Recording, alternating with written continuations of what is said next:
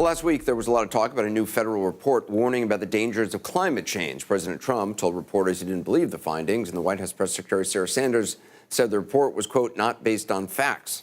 Today, the annual United Nations Global Climate Summit got underway. Forbes magazine says for the first time, the United States will not have a pavilion there. What you might have missed in the middle of all of this is who the president has actually nominated as the new administrator of the Environmental Protection Agency. Our senior investigative correspondent, Drew Griffin, has this look at the president's pick, who has ties to big coal. Try to ask the acting administrator of the EPA a tough question. Mr. Wheeler, Drew Griffin with CNN. You're more likely to get a stiff shoulder from his security We gotta go back from all right, than a chance at even a glance of Andrew Wheeler. Take a window question.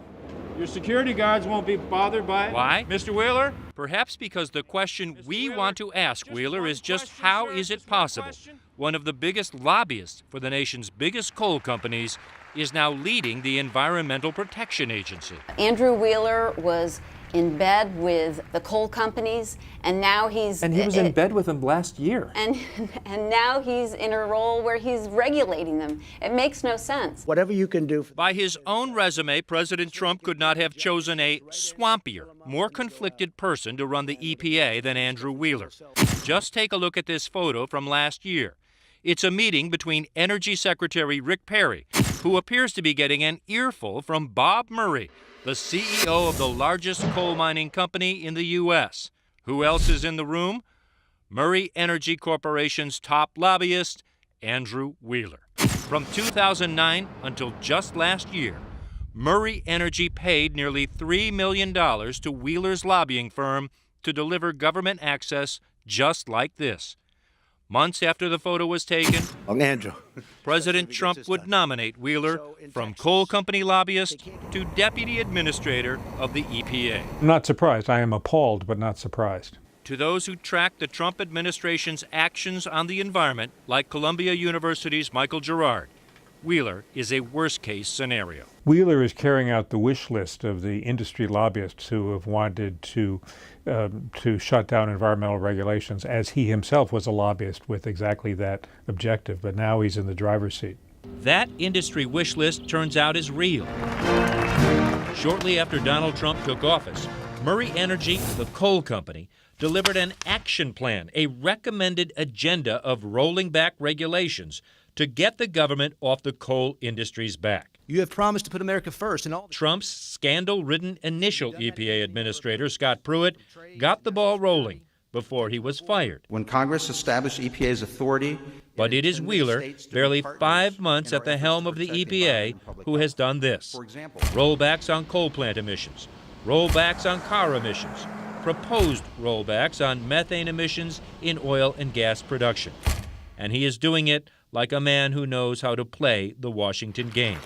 In strictly controlled environments like this forum at the Washington Post, Wheeler will answer questions like a pro, like this response on the newly released government report on the effects of climate change. Friday, I haven't read the entire report yet, but I've gone through it. And carefully choosing his words about the human impact on climate.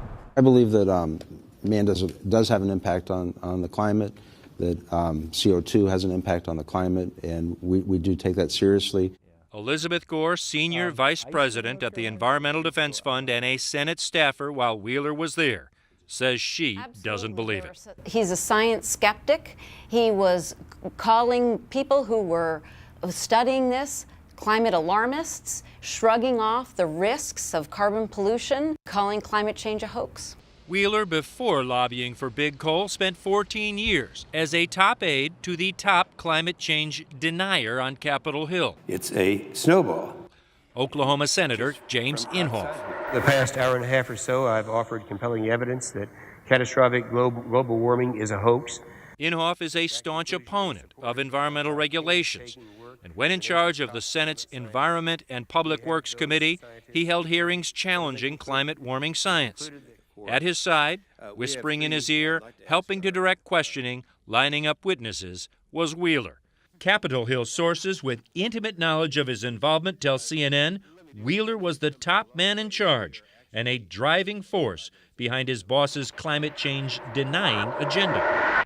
5 former Inhofe staffers now work beside Wheeler at EPA, including his chief of staff, his principal deputy assistant administrator, his assistant administrator for enforcement and compliance, a senior advisor for policy, and an associate administrator for policy.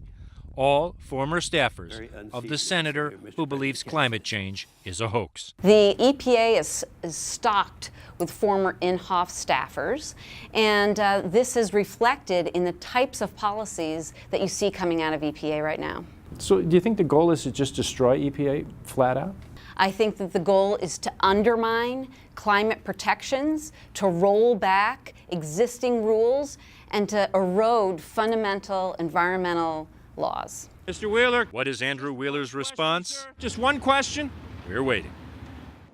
Drew, that means we still do not really have an answer as to why it's okay for a coal industry lobbyist to now run an agency that regulates the coal industry.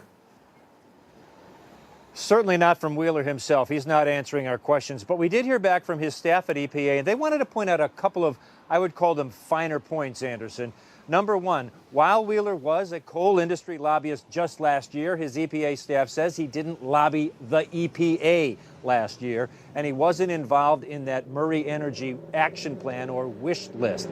The second point they want to make is, yes, Andrew Wheeler was a proud member of Senator Inhofe's staff, but Andrew Wheeler did not write any of those speeches that Senator Inhofe now somewhat famously gave on the Senate floor. Two finer points, but to answer your question, no, we don't have an answer from Andrew Wheeler yet about how it's possible that EPA's administrator could have been a coal industry lobbyist. Anderson?